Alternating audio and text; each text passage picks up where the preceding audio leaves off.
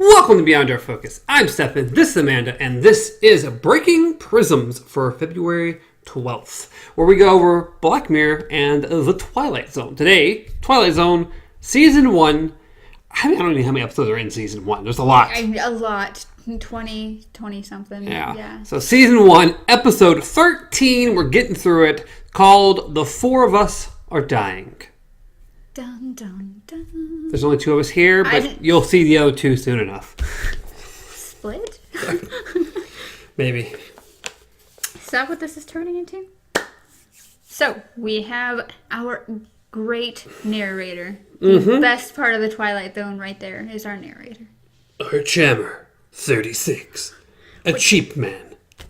There's a lot of, 36-year-olds in these, Yep, our last character, Fred Renard, was 36 years old, too. I'm sure if you went to, I'm sure there's wikis and stuff like the most popular number in the Twilight Zone. It might be 36, I don't know. I'm sure there's some things that reoccur a lot. I watched a little thing about Black Mirror when they were talking about things and how they reuse things, and there's some big similarities between different episodes. Yeah.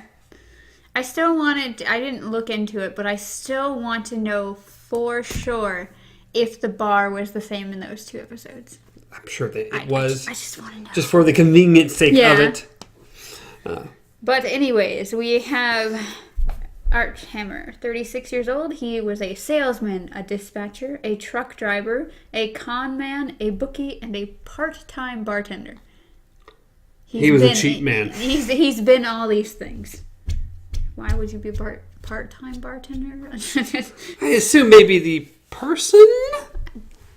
I don't. But yes, he was a cheap man. A cheap man. Cheapness of mind. Of course, the very first thing I recognized was him walking in whatever city he was supposed to be in. I don't. With the very, very fake backgrounds. Yes, the bright neon signs that are all weirdly layered, and the giant ones that are kind of just look like pictures on sticks. Just how the buildings looked, and they were like, "Oh, those are clearly cardboard cutouts." So you didn't even pretend that it's a real city. He's very clearly on a set. Well, he's a cheap man. A cheap man with a cheap set. But yes, he has a master plan to destroy lives. I don't know. It just seemed really cheap compared to other episodes. Yeah, we've been a lot of places. We've been on a comet that was literally just desert, but still was a comet. They had a rocket ship going to space. We've had people in actual towns and things, and this one's y'all didn't even try. I guess they just really wanted you to get that nice cheap feel and just focus on him and his cheapness. So we paid too many actors for this one. Could be. But yes. He was at Hotel Real. That was the best part. Is that what it was called? Real? Hotel Real. Like a real life real. Sure. Because nothing else about that set was real. But yes. And all he had was, two suitcases and some newspaper clippings? Something like that. And they kept going back and forth, and then every time we went back to him, he was someone different. Yes. The narrator tells you he has a talent. A special talent he learned at a young age where he could change faces if he concentrated really hard. Which, technically... I have issues. Technically that's correct, but one of the catches seems that he has to have seen a picture of something. Yeah. Yeah. I have some issues. This episode I have issues with. Yeah. But yes, so... The first clipping we see is of Johnny Foster, a deceased trumpeter. Yes. He picks up a newspaper clipping, he looks at this man, and then he is this man. Yes. And then I recommented again how fake the city looks. It was bugging me. Leave it alone. It was really bugging me. So he moseys on down to a club where you... open on a woman singing the blues. Yep, singing the blues. I had her name. What was it? Maggie. Yeah, Maggie. Good old Maggie. He's staring at Maggie. She walks over and sits down, and he just goes up to her, to which she very clearly knows him. Which is weird, because I'm pretty sure when he first walks into the club, he is himself. Because when he's just standing there staring at her, he has his own face. Maybe so. And then when she walks over to him, her eyes just get huge, and then it turns to him, and suddenly he's this dude thing. But anyway, so she, of course, gets done playing. Some guy tries to hit on her. She's like, I'm not having any. I'd rather drink alone. Solo. So she goes off, sits by herself, and that's when he approaches. Johnny? So clearly, Maggie knows him. Very, very clearly knew Johnny. I think Johnny might be a ghost. Are you a ghost, Johnny? Yes, he's a ghost. We've determined that we don't know if he can walk through walls, but he is a ghost. Yes, to which he does say that he's like, nope. Pretty much, he's just like... I thought you got hit by, what was it, like a train or something? It's like, different guy. Same suit, same whatever. Same dentist. Yeah. She's like, well, why didn't you tell me? He wanted to get out of the scene. Yeah. He wanted to get away. Yes, wanted to get away from that, and then points to the band playing. To which we very quickly transitioned to him wanting to, like, Maggie, come with me. Yes. We can leave. We can get away from it all. We can go to Chicago. You can tell that they have a connection to the point that she's, like, hugging his arm and, like, nuzzling his hand. Yes, she's very infatuated with him. Very strongly so. So, he pretty much convinces her. Well, he doesn't really need to convince her. All he needs to say is, this is the time, this is the place. 12:06 westbound to Chicago. Yeah. 12:06, a very peculiar time. Not 12 on the dot. Not 12:30, 12:50, 12:06. Yeah, it's a train. Trains are weird. I've been on a train once. But so she's like, I'll go anywhere with you, pretty much, and then... It's like, well, finish up here and meet me at the train station. Yes. I'll get the tickets. To which he starts to walk out when the guy stops playing from the band, and is like, Johnny? Johnny, is that you? He completely ignores him, just keeps walking, and the guy follows him outside, and is like, Johnny... I can't believe it's you, man. And then just here and like tries to light a cigarette and... Dun, dun, dun. It's not Johnny. No. It's the normal guy's face. It's Arch's face. And he's like, well, I'll take the light, but I'm not your man. Yeah. To which the guy's like way over here with the lighter. So he's like, yeet.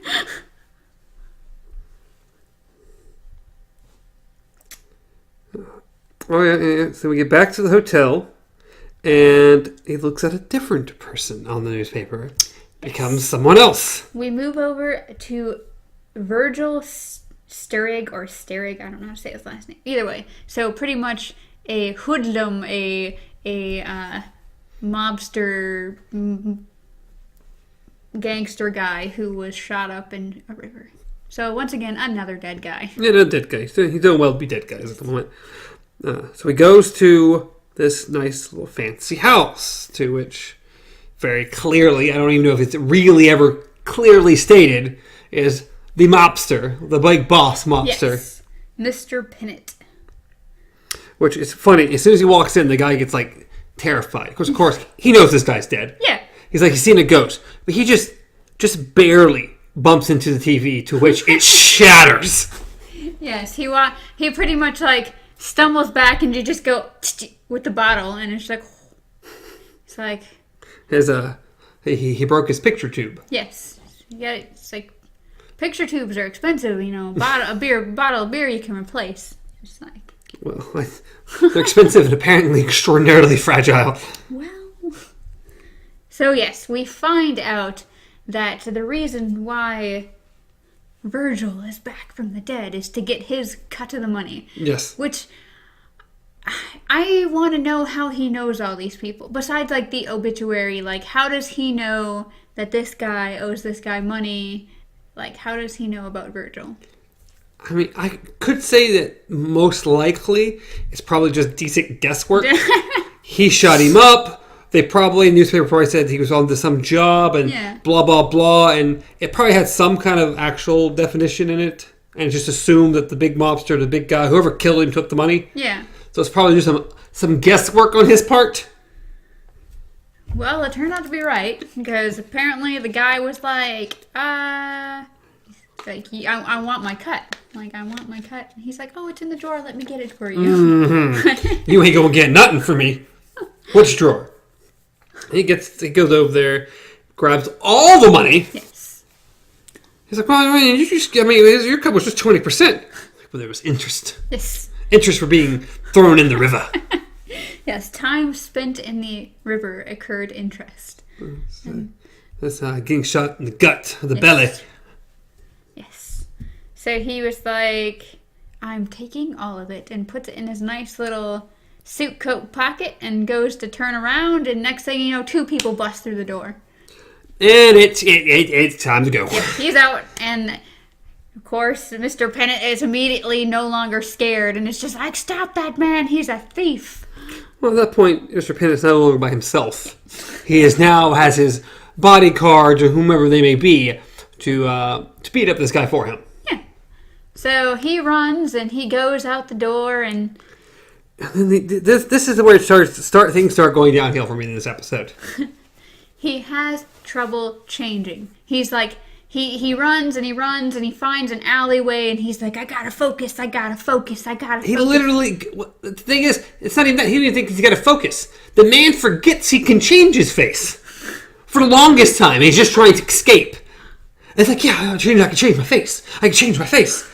Instead of just going like back to his normal face, which you would assume has to be the easiest thing to do, is go back to normal. Yeah. It seemed pretty easy when he walked out of the club. Yeah, he was back. No big issue at all. This is the tension apparently. Finally sees this, looks like a boxer poster. Yes. And changes to him. And they come up to him and, whoa. Like, what'd I do? What'd I do, you guys? Blah, blah, blah. It's like, I didn't do anything to you. And he's like, oh, sorry, we thought you were somebody else. And they just turn around and walk away. Not like he's the only guy in that area. And they couldn't have got a good look at him anyway when he busted out. I mean, that could have been the guy. Like, it's just one of those moments where you're like, you're not even going to ask him, like, hey, did you see a man come through here? Like, what are you going to do? But apparently they're too, mafia for that and decided to go away. And he starts to walk away and he comes down and gets out of the alley. And then this guy running a newspaper stand, essentially, comes up to him and very clearly knows who he is. Yes. Andy? Is that you, Andy? And of course, he doesn't know who this old man is. He doesn't even know who he is, technically, at the moment. She's like, what game are you playing, Andy? Is there something wrong with your head? So I guess, yes, there is. It's called, it's wrong. The face is on the wrong body. Yeah, pretty much. Which, that's another thing. When the guys left, why not just change back into your own face? Yeah, he could easily just gone back. Originally, period could have gone to his normal face. Yeah. 2, he could have just switched back to his normal face, just so he's not some rando. Yeah, like clearly, like you've had people recognize you as two people now. So why not go back to someone before you get mistaken and then bad things happen? Why be smart? But anyway, this old man turns out he's Andy's father. Yes. And Andy ran out on his mother and him, and he's a terrible person, and this old fella is like really aggressive with it. His son is dead to him. He made his mother cry. He broke the heart of a sweet young girl, and just he's nothing anymore. And you don't even know who I am. You don't even recognize me. Yeah, well, you're dead to me, blah, blah, blah. It's like, okay, good job. Aggressive enough that he has to push the old man away and down to actually get away from him. Well, it got to the point where the guy started shouting. He's like, hey, look, it's Andy. It's the great Andy Marshak or whatever. Best fight. And he's drawing like, way too much attention. And so he pretty much goes away back to his hotel room and starts packing his shit. He's ready to go. He got his girl. He got his money. It is time to bounce. Yes. Which I think at that point, if you're going to be meeting this chick, why not just change back into that face? That particular one? I guess we'll go over what happens next and then reflect on that for a minute. It's obvious that someone is picking the lock to his apartment, or no, it's hotel door. Yes. You can hear it very clearly. And he just kind of sneaks behind the door. And this guy just opens it up. Like, okay. And then he closes the door and it's like, is that where you stand when someone... you always stand behind the door? When someone breaks into my place, I do. Pretty much. Well... This weirdest little interaction almost ever. Yeah. Apparently, they seem to kind of know each other. This is like a cop, it seems, in some way. He's arresting him for some reason. Yeah, that's the thing, is that he's a detective. I don't know beyond that what he is, because there was no other information. It's just he's the detective. And so, being that the guy is in his original face, we have to assume that maybe somebody has been catching on to some of this guy's cons or figuring out something. We don't know anything because they don't tell us anything. No. So, pretty much, he knows somebody's after him. That's why he's, of course, in a hurry to get out. And yet, why not just change your face? So, it's all peculiar, like... Can I at least get my coat? Is it really nonchalant at that point? Just like he gives the entire thing up. Like that was it. Yeah. It's like, but you think he's going to do something. He's not going to do anything. And the guy has a gun on him. And he's very suspicious of him. And he grabs his coat and his hat. And they start heading downstairs. And like, okay, this is interesting. Okay, something's going to happen. Yeah. And then they get in the what kind of door do you call it? I forgot what it's called. A revolving door. The little revolving door. And we go in, and the one guy comes out, and the other guy just goes back in. He's like, oh, and he goes back in after him, and they come back around, and he just steps out, and he's someone different. Yes, it's Andy again. He's, whatever reason, Andy was the guy he chose. Yes. So he hops... Once again, changed his face. Immediately. Like that. Not a problem in the world. Yes. Like that.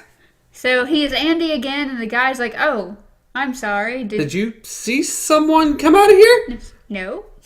I would have totally said, yeah. I totally did. Yeah, he just went that way. Well, I mean, whether he's running out or running back in, you're still fine. So. Well, that's all I would have said. I would have given him a reason to go somewhere else. So the guy ran back in, and the guy kind of smirks to himself and is like, I'm scot-free, ready to go, and turns, and the old man is sitting there again. Or standing there, I should say. Yeah, with a gun. Yes. With a gun.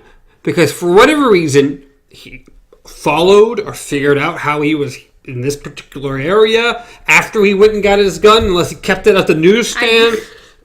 And he is so angry with Andy that he's going to shoot him.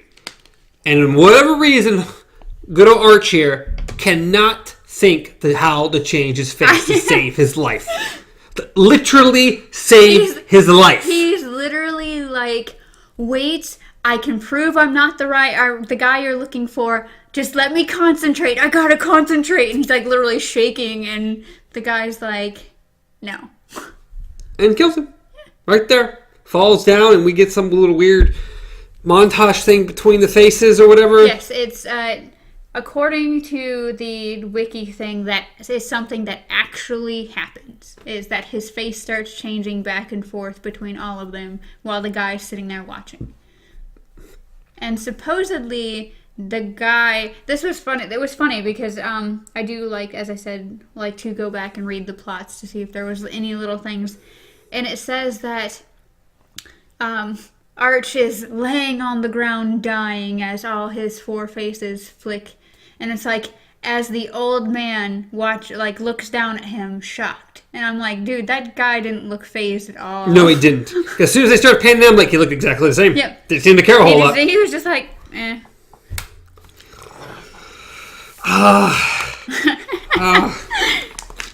Yeah, so there was some... And why did this guy only have 4 faces? Why couldn't he just switch to whomever he wanted to? I think it was just this episode. Well, this talent he has of changing into people, he made it seem really difficult to do that. But he could always do it. He's been able to do it for a long time. That he wasn't just flicking in between faces at will whenever he wanted to. I don't know. Like, and if he had it for a long time, it shouldn't be hard to do because he uses it a lot. And I think it's one of those things where, like, he maybe gets to a new town, he takes the newspaper, clips out faces from the obituary, and uses those in his con, and then moves on to a different town. I don't know if there's a limit to how many faces he can change into in a day, but I don't know any of this. I don't know. It's issues weird. with this particular episode. It felt extraordinarily low budget compared to some of the other episodes. And it's just not the plot. I mean, I love the idea. We've gone over shapeshifting before. Yeah. And it's cool. And I like that idea. And it's interesting. But this episode just... I forgot what we had talked about at one point where we had come to the conclusion that would be a waste of shapeshifting power. And I don't remember what it was. Besides this right here. I don't know, either that or it was another episode where we're like, that was a waste of a gift. Immortality, possible. I think it was. Someone had immortality and you're like, he totally wasted this gift. But I can't remember why. Maybe it was the one where he was trying to kill himself so many times. Yes, it was. He was trying to feel pain, even though he only had it for like 10 minutes. Yeah. Another episode I had a lot of quarrels with. But, yes, any last thoughts on it? Not particularly thrilled with this episode. No, I am kind of sad because we had two really good ones in a row, and it was like, Twilight Zone, you're heading up again, and then it's just like, Now, for y'all, if anyone whom you probably haven't made it this far, most people don't. We should say at the top of the show one day, just to try to see if some of the good people we know are watching this. If you have any ideas how you want us to approach the Twilight Zone, the new series done by Jordan Peele, which I'm super interested in, probably going to get CBS All Access. Because of, 1, the Twilight Zone's coming to CBS All Access. Yeah. 2, they have Star Trek Discovery, which is on CBS All Access, and they're in the season 2 now. And 3, that new show, The World's Best. It's like AGT. Oh, yeah. It's also there. So none of it's coming to Hulu, so I can't watch it that way. Yeah. So it's $10 a month, though. I'm just like, do I really want to pay that? But for y'all, I think we're going to have to break down and at least do it for a little bit to watch the Twilight Zone and figure out how we want to approach incorporating that into the show. Actually, I'm curious. By that point... I wonder if Black Mirror would be done. Will we close to done with Black Mirror? If not done, we'll have to check that out. And we may just double up on the Twilight Zone. Because Black Mirror will be done, at least until the new season comes out. Because I know we're getting one at some point. We still got to do Bandersnatch. And at some got to do Bandersnatch. Oh, Lord. We'll figure it out. We're behind. And let y'all know, at some point, let us know if you enjoyed the episode. Because I did not particularly that much. If you guys caught anything we did not, if you guys have a different perspective on it, like you can see why he wouldn't be able to do certain things when he should be able to, let us know, because we love hearing that stuff. Next time on the Twilight Zone, it's called Third from the Sun. The description was something about them trying to escape and fly to Mars or something. I was going to say Third Rock from the Sun is Mars, I believe. Yeah. So they tried to escape, but it was the weirdest description. It really was. How they said it, but they have to get past this rude person. I think it was like the ending thing. It was like, that's really weird. They have to get past this rude person. It was just... We'll go with it. But next... It was so odd. Next episode is Black Mirror, which is... Yes, next week is Black Mirror, called Hated in the Nation. Which I know we went over that last time, but... Did we? We did. We really did. All right, here we go. A man who can... Nope, this is this one. With nuclear destruction looming, a pilot and a scientist plot to flee to another planet in a stolen spaceship. But must first handle a rude official? I don't know. Like, what a weird way. Like, okay, it's interesting. What? Oh, a rude guy. Okay. Okay, sure. Hit him with a shovel. So it's just kind of peculiar all to itself. And then Hated in the Nation. We go to season 3 real quick. Our last episode of season 3 is the death of a journalist at the center of a social media firestorm leads a veteran detective and her tech-savvy apprentice to a chilling discovery. Isn't this one longer? Yes, it's an hour and a half. Okay, so meaning... try not to wait till the day of to watch it. And I do remember this one's... We've seen stuff like this before. I'm pretty sure this is this. I think it's being filmed, and the more people that tune in, the worse the thing happens, or the faster it happens. I believe that's what's in this one. Interesting. Which I think we've seen that. I think they've played with that. Like I've seen like different episodes. I think there was like an episode of Bones that was like that. Yeah. And there's even I think a couple movies that are based off stuff like that. Yeah, I think just like some horror movie stuff. Yeah. But, as always, you can reach me at Stars Untraveled, reach Amanda at KZ Pop, reach the show at Beyond Our Focus on Facebook, Instagram, Twitter, podcast services, and YouTube.